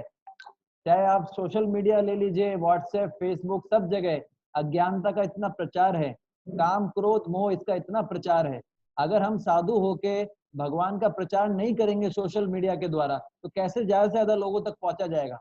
आप समझ पा रहे हैं? जैसे मान लीजिए कोई चोर हैं, किसी गाड़ी में भाग रहे हैं और गाड़ी का स्पीड है 80 किलोमीटर और पुलिस भी उनके पीछे भाग रही है, पर वो जिस एरिया के थ्रू भाग रहे हैं उस एरिया में 30 किलोमीटर से ज्यादा स्पीड नहीं होना चाहिए। तो आप मुझे बताइए, अगर पुलिस को चोरों को पकड़ना है तो क्या 30 किलोमीटर की स्पीड से भागना चाहिए या 100 किलोमीटर की स्पीड से भागना चाहिए? क्या कॉमन सेंस होना चाहिए, मुझे बताइए। 100 किलोमीटर की स्पीड। तो क्या ये गलत है 100 किलोमीटर की स्पीड से भागना? मुझे बताइए। नहीं प्रभु जी। तो वैसे ही टेक्नोलॉजी का यूज करना गलत नहीं है भगवान की सेवा के लिए। अगर हमको प्रचार करना है, और स्पेशली लॉकडाउन के अंदर, आज कैसे क्लास देंगे लोगों को, कैसे मिलेंगे? ऐसे ही तो है, ये सबसे अच्छा तरीका है सत्संग करने का। इसलिए टेक्नोलॉजी जब भगवान के लिए यूज की जाती है उसमें कोई बुराई नहीं है, पर उसको अपने लिए यूज नहीं करना चाहिए, भगवान का प्रचार करना चाहिए। ठीक है ना? तो हम जो भी, अगर कोई गुरु है, अगर वो मॉडर्न टेक्नोलॉजी यूज कर रहा है, अगर वो जो है एरोप्लेन में ट्रेवल कर रहा है, आप समझ गए, और वो मोबाइल यूज कर रहा है, उसमें कोई गलत नहीं है। बस ये देखना चाहिए वो किस लिए यूज कर रहा है। आप समझ गए? वो भगवान की सेवा के लिए यूज कर रहा है तो डेट्स ओके। तो ये पहला इसको युक्त वैराग्य का सिद्धांत बोलते हैं। समझ में आया आपको? तो दूसरा क्वेश्चन है, ये समझ में आया? यही प्रभुपाद जी बता रहे हैं कि जरूरी नहीं कि गरीब व्यक्ति ही आध्यात्मिक होता है। दूसरा है, गुरुजी एसोसिएट अरेंज मर्सीफुल चरण स्पर्श, मतलब गुरुजी के जो संगी लोग हैं उन्होंने गुरुजी के चरण स्पर्श करवाने के लिए 5 लाख रुपए का कीमत रखा है। और इस चीज के लिए लोग बड़े उतावले हैं कि उनको जो है ये मौका मिले गुरुजी के चरण स्पर्श करने का। तो ये सेकंड क्वेश्चन है। तो आप में से क्या लगता है, आप लोग को कौन उत्तर देगा? क्या ऐसे व्यक्ति को गुरु मानना चाहिए जो अपने चरण स्पर्श कराने के पैसे लेता हो, या जो है इतना चार्ज करता हो? क्या ऐसे व्यक्ति को गुरु? हाथ खड़ा करना है फिर बताना है। यस, कौन बताएंगे? यस प्रभु जी। आपका नाम क्या है? Leaders club. अच्छा, अरुण जी बताइए। एक मिनट, अरुण, पिछली बार वाला आपने बताया, इस बार अरुण जी आप बताइए। हाँ, हरे कृष्ण प्रभु जी। आपका आवाज कम आ रहा है। हाँ, हरे कृष्ण प्रभु जी, थोड़ा मोबाइल में प्रॉब्लम है। अभी हाँ, आवाज आ रहा है? अभी आ रहा है।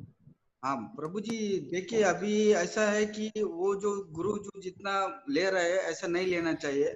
गुरु तो सबके लिए होना चाहिए और सबको मतलब गुरु अप्रोचेबल होना चाहिए और फ्री में होना चाहिए। यस, तो क्या ये गुरु, ऐसे व्यक्ति को गुरु मानना चाहिए? नहीं, नहीं, ऐसा व्यक्ति को गुरु मतलब मानने से मतलब बेटर नहीं लग रहा है मुझे। आप बताइए यस और no. I can tell no.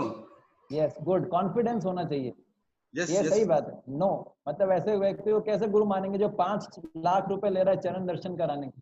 ठीक है, बराबर। गुड। यस, बराबर। तीसरा है, गुरु इज कंपैशनेट एंड अकोमोडेटिंग। आप ऐसे गुरु के पास गए जो बहुत ही दयालु है, सभी प्रकार की चीजों को सहन करता है, और वो अपने शिष्यों के साथ इतना लीनियंट है कि वो बोलता है जो करना है करो, मीट खाना है मीट खाओ, शराब पीनी है शराब पियो, इलिसिट सेक्स करना है इलिसिट सेक्स करो, है ना? कोई बात नहीं, कुछ चिंता वाली बात नहीं है, आप बस मेरे शरण में रहो। ठीक है ना? और गुरुजी ये भी बोलते हैं, बोले इसमें कोई बड़ी बात नहीं है, मैं भी मीट खाता हूँ, मैं भी सारे काम करता हूँ। तो क्या लगता है आप में से कि ऐसे व्यक्ति को गुरु मानना चाहिए कि नहीं? क्या लगता है, कौन बताएंगे? यस प्रभु जी। मैं क्या मानना चाहिए कि नहीं मानना चाहिए? धर्मेंद्र नहीं मानना चाहिए प्रभु जी। हिमांशु प्रभु, मानना चाहिए नहीं? नहीं मानना चाहिए प्रभु। ओके, तो क्यों नहीं मानना चाहिए? क्योंकि गुरु जो है ये 4 जगहों पे कलयुग का वास होता है, आपको पता है ना? अगर किसी व्यक्ति को मनुष्य बनना है, मनुष्य बनने के लिए ये 4 क्वालिफिकेशन बताई जाती है। क्या? अगर किसी को मनुष्य बनना है तो ये 4 पाप बताए जाते हैं, 4 महापाप हैं, इससे धर्म के 4 पैर टूटते हैं। पहला क्या है? मीट खाना, इससे दया नष्ट होता है। दूसरा है ड्रिंकिंग करना, इससे तपस्या नष्ट होता है। मीट खाना मतलब मांस वगैरह, इसमें प्याज लहसुन भी आता है। दूसरा जो है स्मोकिंग करना, तंबाकू खाना, है ना, बीड़ी सिगरेट पीना, ये है स्मोकिंग और ड्रिंकिंग करना, ये सब क्या है? इससे तपस्या नष्ट होती है हमारी, आप समझ गए। और तीसरा जो है इलिसिट सेक्स करना, इससे हमारी पवित्रता नष्ट होती है। और चौथा क्या है? गैम्बलिंग, जुआ खेलना, इससे हमारी सत्यता नष्ट होती है। तो ऐसा व्यक्ति जो ये 4 पाप करने के लिए बोलता है, ये महापाप बताया गया इनको, ये 4 को महापाप बताया गया है, क्योंकि ये धर्म के चारों पैर टूट जाते हैं। ऐसे व्यक्ति को गुरु नहीं माना जा सकता है, नहीं माना जा सकता। ठीक है। डी, गुरु जो है वो भगवान के प्रतिनिधि हैं, वो भगवान के बारे में बोलते हैं और कुछ भी नहीं। और वो आपको ये नहीं सिखाते कि किस प्रकार से इस भौतिक जगत को और अच्छे से भोगा जाए। गुरु जी आपको ऐसा सिखाते हैं कैसे भगवान का अच्छा भक्त बना जाए, ना कि आपको ये सिखाते हैं कैसे इस भौतिक जगत के अंदर इसको ज्यादा से ज्यादा भोग किया जाए। तो ऐसे गुरु को गुरु मानना चाहिए कि नहीं, बताइए। यस प्रभु। मोहित। यस क्या? यस मानना चाहिए कि नहीं मानना चाहिए? मानना चाहिए प्रभु। अच्छा, मानना चाहिए, गुड।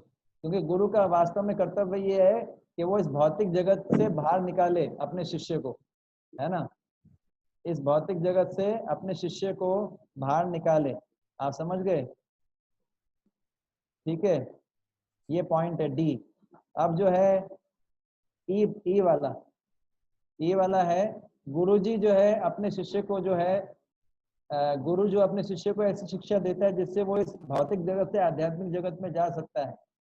और जब कुछ लोग ऐसे गुरु के पास आते हैं अपनी बीमारियों से इलाज करवाने के लिए, तो ऐसे गुरु उनको बोलते हैं कि आप डॉक्टर के पास जाइए, मेरे पास मत आइए।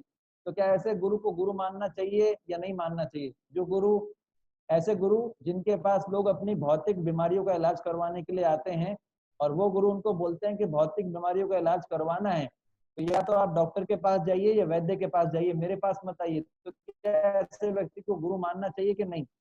नहीं मानना चाहिए प्रभु जी। नहीं मानना चाहिए। नितेश जी बोल रहे नहीं मानना चाहिए। अरुण जी आप क्या बोल रहे हैं?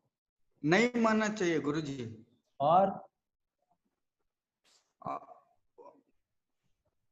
तो एक चीज समझनी पड़ेगी हमको।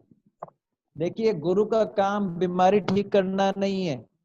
गुरु का काम, ये एक इम्पोर्टेंट कंसेप्ट है, लोगों का मिसअंडरस्टैंडिंग होता है। असली आध्यात्मिक गुरु का काम शरीर की बीमारी ठीक करना नहीं होता। असली आध्यात्मिक गुरु का काम होता है आत्मा की बीमारी ठीक करना। हम सबको एक बीमारी है जिसको बोलते हैं भव रोग। भव रोग का मतलब होता है हम सब काम, क्रोध, ईर्ष्या, द्वेष, है ना, मद से, मोह से पीड़ित हैं। इसका ट्रीटमेंट करते हैं असली गुरु, ना कि शरीर का। तो इसको गुरु मानना चाहिए। क्यों? क्योंकि असली गुरु कभी भी शरीर को ठीक, शरीर वो आपको गाइडेंस देता है कि शरीर को जो है कैसे जो है, ये कभी नहीं बोलेगा असली गुरु के, है ना, शरीर को पालन, शरीर को जो अच्छे से रखो, है ना, और बीमारी ठीक करो। ऐसे वास्तव में ऐसे लोगों को असली गुरु नहीं बोलते हैं। असली गुरु जो होता है वो आत्मा के लिए आपको गाइडेंस देता है, ना कि शरीर के लिए। आप समझ पा रहे हैं? केवल शरीर के लिए जो गाइडेंस दे रहा है वो गुरु नहीं है।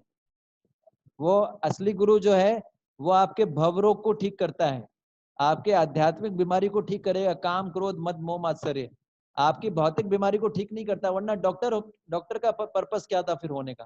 तो ऐसे व्यक्ति को गुरु मानना चाहिए। समझ गए आप?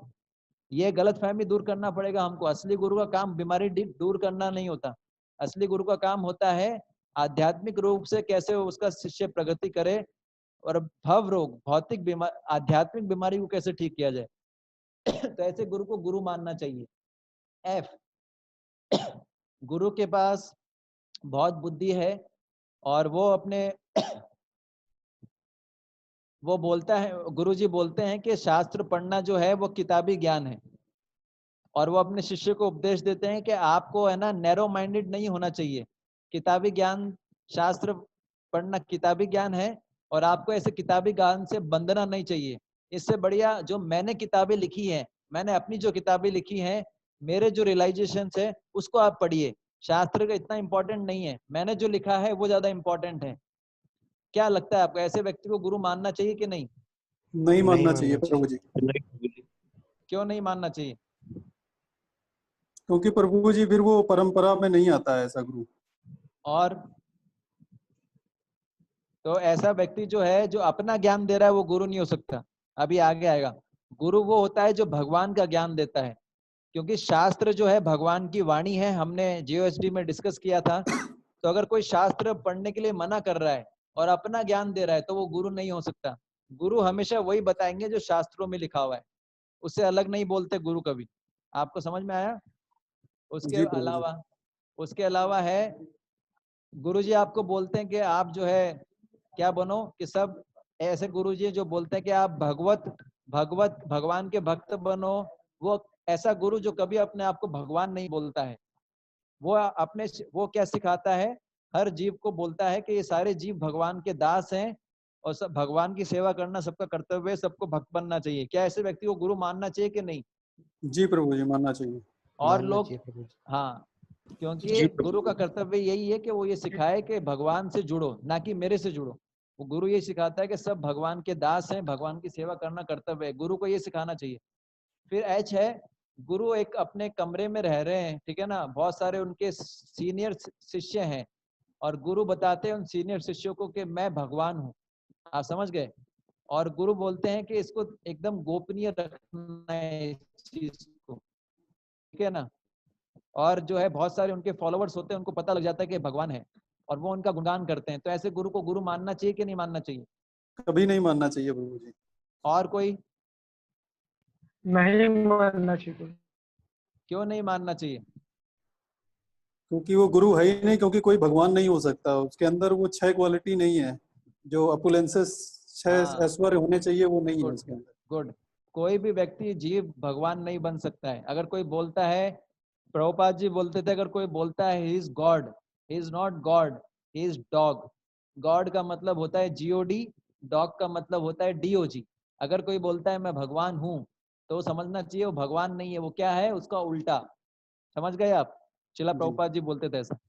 अच्छा, आई है, गुरु जी का बहुत इंपॉर्टेंट शिक्षा है कि मैं यहाँ पर इसलिए नहीं आया हूँ ये कि मैं भगवान हूँ, जबकि मैं ये बताने आया हूँ कि हम सब भगवान हैं।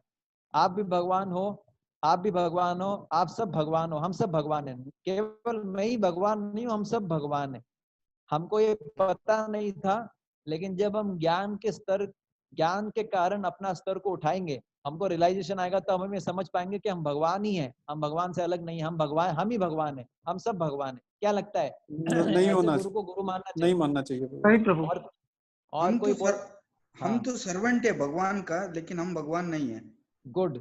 हम, कोई ऐसा बोलता है ना कि मैं भगवान हूँ, आप भगवान हो, तो वो भगवान नहीं है। वो कभी गुरु कभी ऐसा नहीं बोलेंगे कि मैं भगवान हूँ या आप भगवान है। गुरु बोलेंगे हम सब भगवान के दास हैं। इसलिए इसको भी गुरु नहीं मानना चाहिए।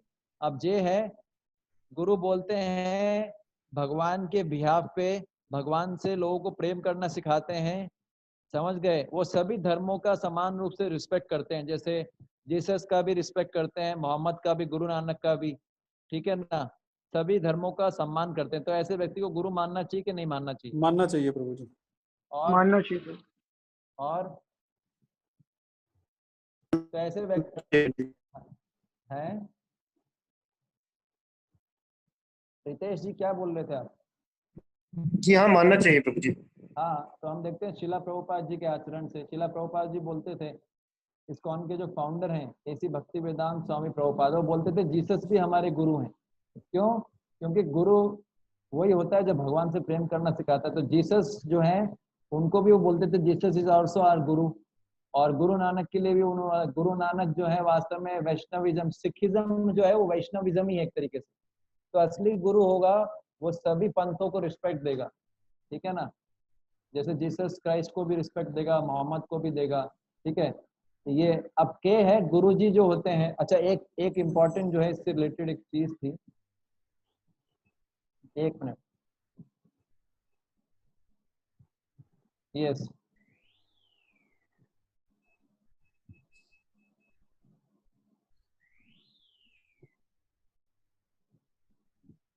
हाँ, के क्या है? एक चीज मैं भूल गया था, चलिए नहीं तो बाद में। गुरुजी बोलते हैं, अपने शिष्य को बताते हैं कि भाई ब्राह्मण फैमिली में जन्म लेने का बड़ा महत्व है। अगर आप ब्राह्मण फैमिली में जन्म नहीं लेते हो तो आप वेदों को नहीं समझ सकते, है ना? आप समझ रहे हैं? तो गुरुजी अपने शिष्य को बता रहे हैं कि ब्राह्मण फैमिली में जन्म लेने का क्या इंपॉर्टेंस है। ब्राह्मण फैमिली में जन्म लेने से कोई वेदों को समझ सकता है, अगर और ब्राह्मण फैमिली में जन्म लेने से कोई मंत्रों का उच्चारण ठीक से कर सकता है। तो क्या ऐसे व्यक्ति को गुरु मानना चाहिए कि नहीं? नहीं मानना चाहिए प्रभु जी। क्यों? क्योंकि ये इम्पोर्टेंस नहीं है, क्योंकि व्यक्ति के कर्म उसको कर्म उसको बनाते हैं कि वो क्षत्रिय है कि ब्राह्मण है कि शूद्र है कि क्या है। और कोई?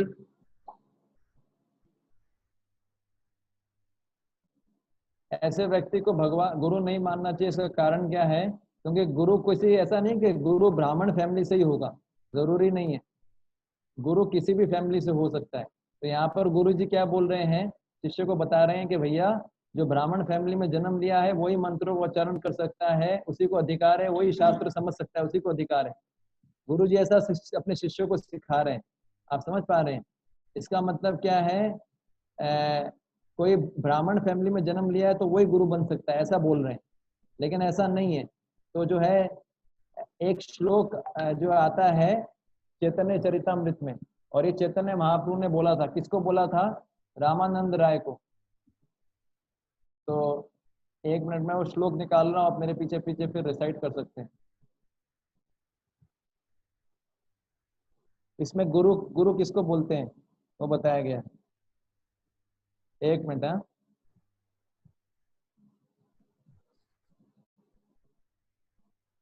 अभी आपको दिखेगा।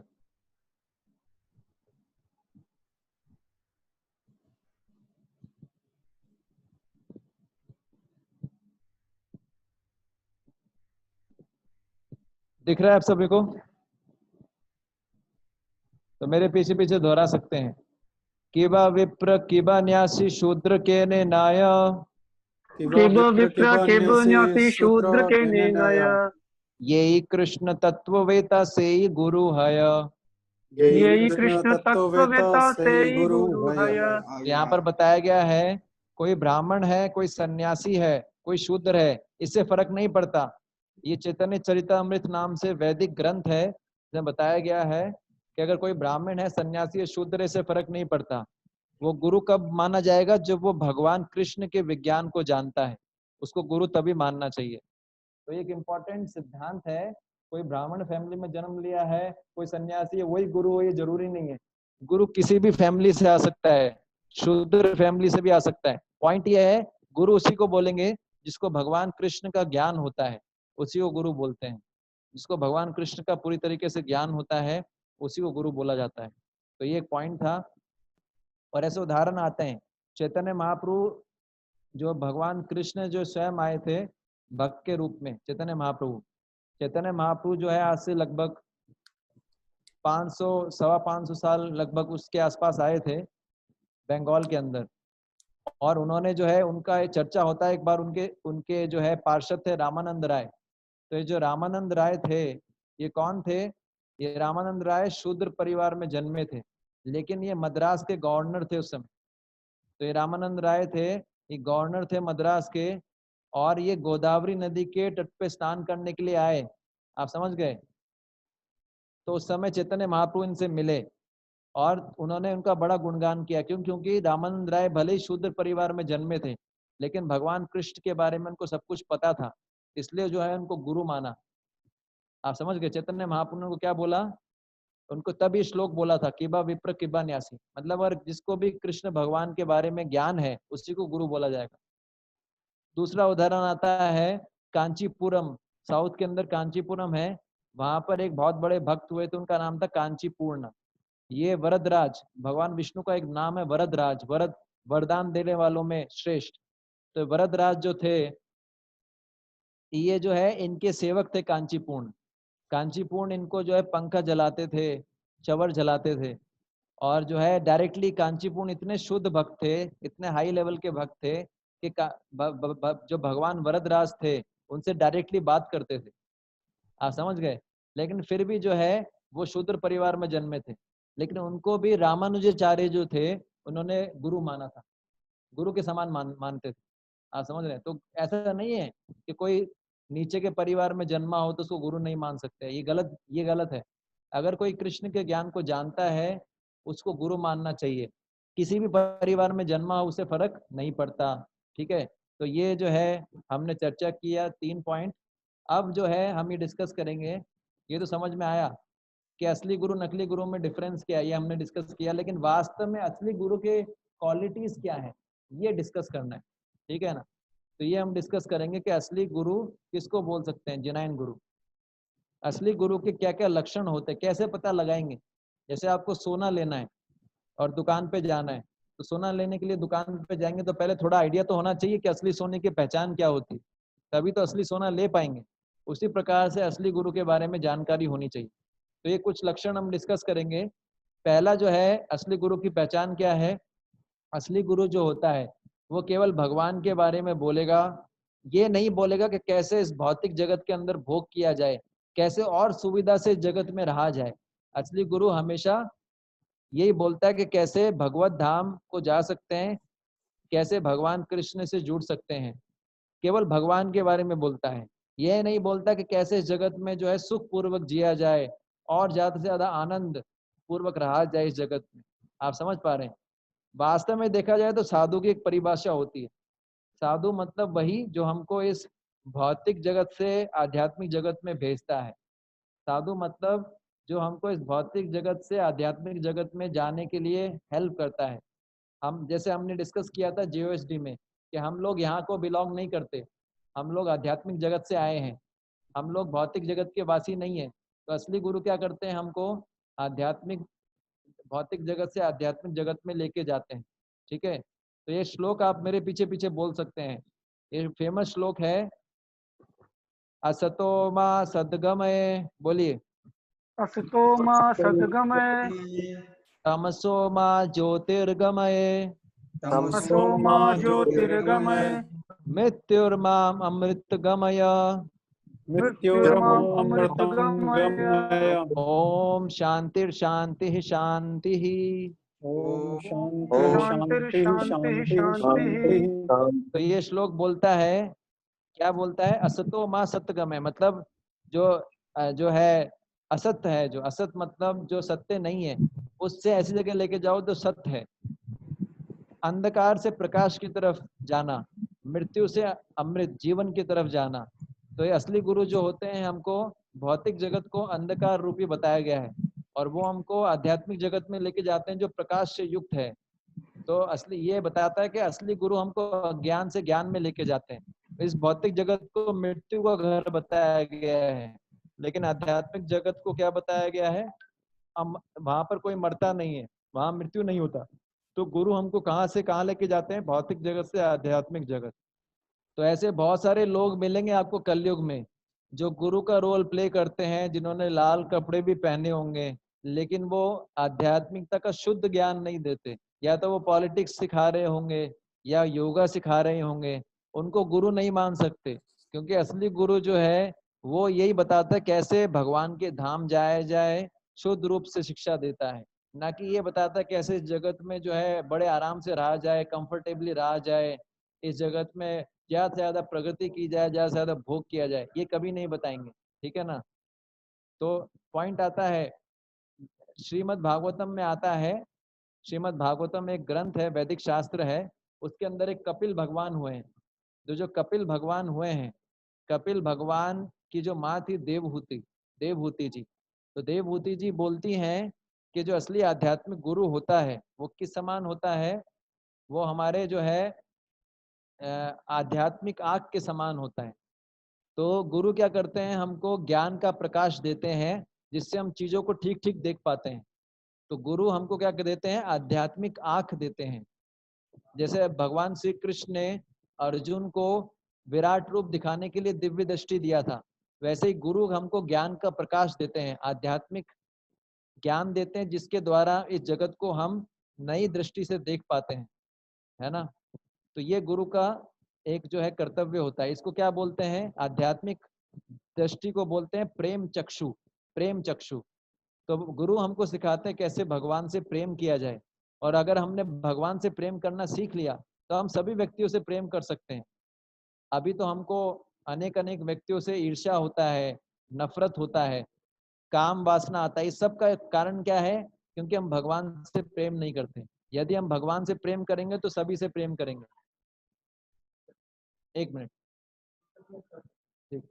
जैसे मान लीजिए कि आप अपने सिस्टर से प्रेम करते हैं। अगर आपके सिस्टर होंगे, आप सिस्टर से प्रेम करते हैं, तो सिस्टर के जो इन लॉज होंगे आप उनसे भी प्रेम करेंगे, क्योंकि वो आपके सिस्टर से रिलेटेड है। अमेरिका में बताते हैं, if you want to love me, love my dog. America में बोलते हैं, if you want to love me, love my dog. तो ये है। तो जब आप भगवान से प्रेम करेंगे तो आप सभी से प्रेम करेंगे, तो किसी के प्रति ईर्ष्या नहीं होगा, क्रोध नहीं आएगा, लाइक दैट। समझ में आता है?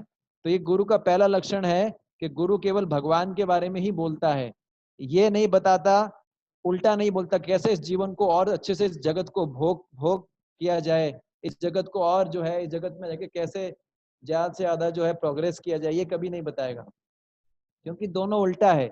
अगर आपको आध्यात्मिक जगत में जाना है, भगवान के पास जाना है, तो आपको इस जगत से निकलना पड़ेगा। और अगर आप इसी जगत में कंफर्टेबली रहेंगे तो फिर बड़ा मुश्किल है। दूसरा बताया गया है कि जो गुरु होते हैं वो अपनी इंद्रियों पे उनका वश होता है। ठीक है, गुरु वो होता है जिसको अपनी सारी इंद्रियों पे वश होता है, वही गुरु बन सकता है और वही शिष्य बना सकता है। तो एक श्लोक है, ये एक श्लोक है, वैदिक शास्त्र है, इसमें एक श्लोक आता है, तो बोलते हैं उपदेशामृत। ये मेरे पीछे पीछे बोल सकते हैं कि गुरु का डेफिनेशन बताया गया है। मेरे पीछे पीछे बोलिए। वाचो वेगम मनसा क्रोध वेगम, बोलिए। वाचो वेसा मनसा क्रोध वेगम, जिह्वा वेगम उदरुपस्थ वेगम, जिह्वा वेगम उदरुपस्थ वेगा, एतान वेगान यो विषेहित धीरा।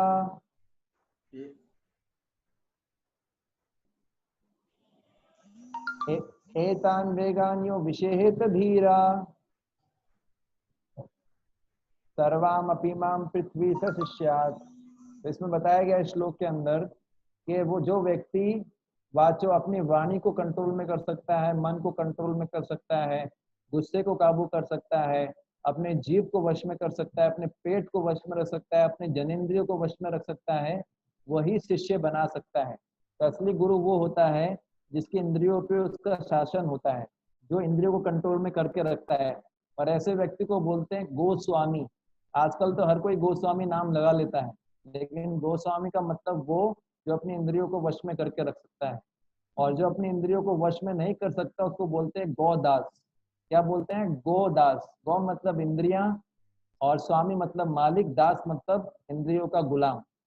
तो हम देखते हैं ज्यादातर, जो मैंने आपको वीडियो दिखाया था स्टार्टिंग में, उसमें ज्यादातर गुरु जो है वो किस में फंसे? या तो स्त्रियों के चक्कर में फंसे या पैसे के चक्कर में फंसे। तो असली गुरु जो होगा उसकी इंद्रियों पे उसका वश होगा, वो कभी भी इस तरीके से उसका पतन नहीं होगा जैसे इन गुरुओं का हुआ। उसका जो है अपनी इंद्रियों पे वश होगा। तो बताते हैं किसी भी व्यक्ति का परीक्षा लेना हो, ऐसा बोलते हैं किसी भी व्यक्ति का परीक्षा लेना हो तो उसको पोस्ट दे दो, उसको पोस्ट दे दो, पोजीशन दे दो, पैसा दे दो और स्त्री दे दो, और फिर वो उनके साथ कैसा व्यवहार करता है पता लग जाएगा कि वो उसमें कितना कैरेक्टर है। आप समझ रहे हैं?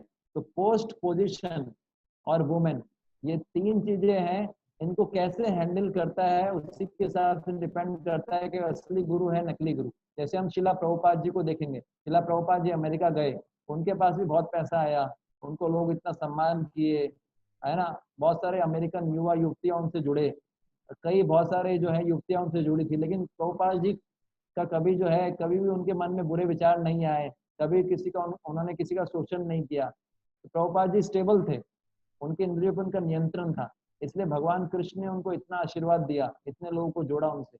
तो ये जो है असली गुरु का दूसरा लक्षण होता है कि उसके इंद्रियों पे उसका वश होता है। तो ये आप देख रहे हैं, बताते हैं कि एक बार ये हरिदास ठाकुर हैं, और जो है ये रोज जो है 3 लाख नाम जप करते थे भगवान का। तो एक बार ये जाम जप कर रहे थे, मैं आपको दिखाता हूँ। एक बार ये भगवान के नाम का जप कर रहे थे, तो ये जो है वैश्या है, ये वैश्या हरिदास ठाकुर को जो है टेम्पटेशन देने के लिए आई, लेकिन हरिदास ठाकुर इससे प्रभावित नहीं हुए और हरिदास ठाकुर ने इस वैश्या को भगवान का भक्त बना दिया।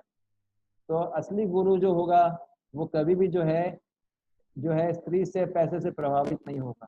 ठीक है, तो आज हम यहीं तक ही करेंगे क्योंकि क्या है, समय जो है 6:30 बजे तक का ही टाइम है। तो आपसे किसी का कोई प्रश्न हो तो 10 मिनट हम प्रश्न उत्तर ले सकते हैं और इस सेशन को फिर हम लोग कंटिन्यू करेंगे अगली बार, और अगली बार इसको कंप्लीट करके फिर आप जो है इसके जो है बेसिकली मैंने जो आपको बुकलेट दिया है उसमें से कुछ चीजें हमने कवर कर लिया है, आप उस बुकलेट को पढ़ लीजिएगा। हिंदी बुकलेट की बात कर रहा हूँ मैं, और उसमें कुछ क्वेश्चंस भी होंगे, वो क्वेश्चंस आप लोग सॉल्व कीजिएगा जितना आपको समझ में आता है।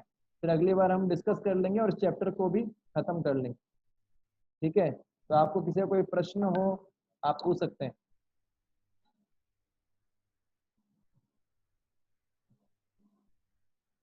किसी का कोई प्रश्न है आपका?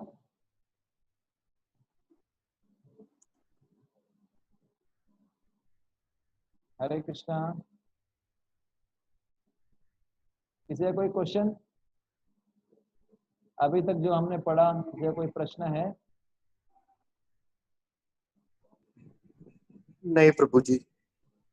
तो इसको आपके पास जो बुकलेट है हिंदी वाला, अभी तक जितना हमने किया उसको आप पढ़ लीजिएगा। कुछ कुछ पॉइंट्स आपको अभी मिल जाएंगे और उसके क्वेश्चंस को सॉल्व करना है। और जब हम अगली मीटिंग में मिलेंगे तो हम लोग क्या करेंगे, उसको डिस्कस करेंगे क्वेश्चंस को और इसको कंप्लीट कर लेंगे। अगली बार कंप्लीट हो जाएगा। ठीक है, अभी तक कोई डाउट जो हमने डिस्कस किया और आपको समझ में आया जो हमने डिस्कस किया? जी प्रभु जी। ओके जी प्रभु जी। ठीक है, तो हिमांशु प्रभु हम लोग मिलेंगे अगली बार, तो आप देख लीजिएगा। ठीक है प्रभु जी। Okay, Hare Krishna. Thank you प्रभु जी। हरे कृष्ण। हरे कृष्ण।